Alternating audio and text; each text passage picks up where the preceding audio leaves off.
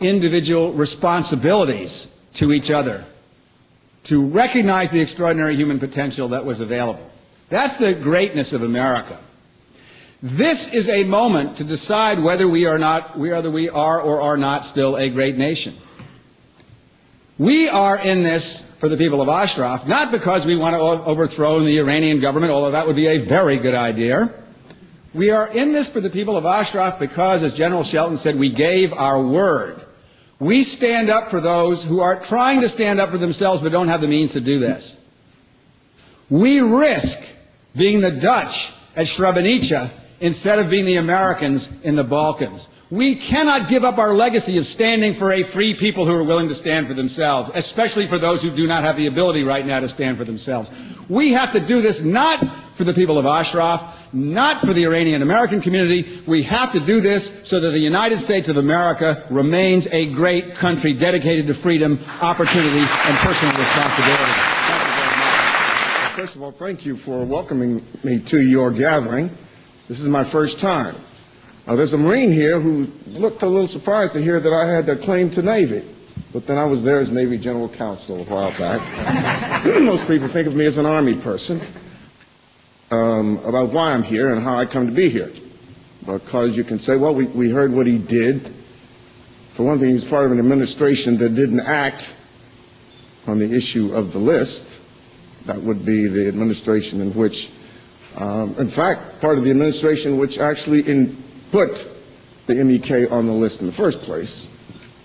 For that was a time when I served as both Secretary of the Army in the first part of the Clinton administration and the Secretary of Veterans Affairs in the second. I've had some other involvements over time as part of my professional career. We don't need to get into those at this moment. But I do want to say that that's why we're here.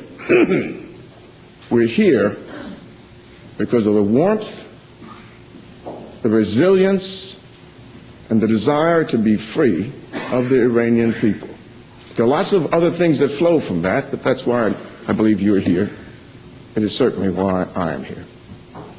So let me, if I may, so that I don't repeat the areas already covered by others, and you may think that's a little difficult for me to do, or that will be covered, but perhaps I can give a different perspective, start here. For all that, Governor Dean is correct when he says that we meet here in the United States where the interests of the United States tend to dominate public discourse about international matters and the country's role in those international matters. And so, it is fair to say that from the point of view of the United States government, whether it is this administration or previous ones, with respect to Iran, they've had at least four considerations. Of course, the one that so many in government consider overriding, and perhaps they're right, and that is the nuclear concern. Secondly, what I think the American government would certainly believe to be the Iranian government's tendency to meddle in the Middle East and in the regional affairs of its neighbors, and certainly to the great detriment of those of our service members who serve just across the border in Iraq.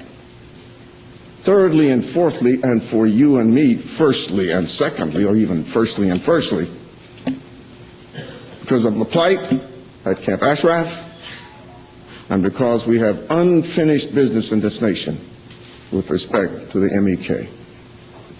Now, if you and I conclude that those are among the things that seem to percolate and be taken into consideration and to go through the decision-making process in the United States government, especially in the State Department, assuming my colleagues are willing to agree that there is a process of decision-making with respect to these matters in the State Department,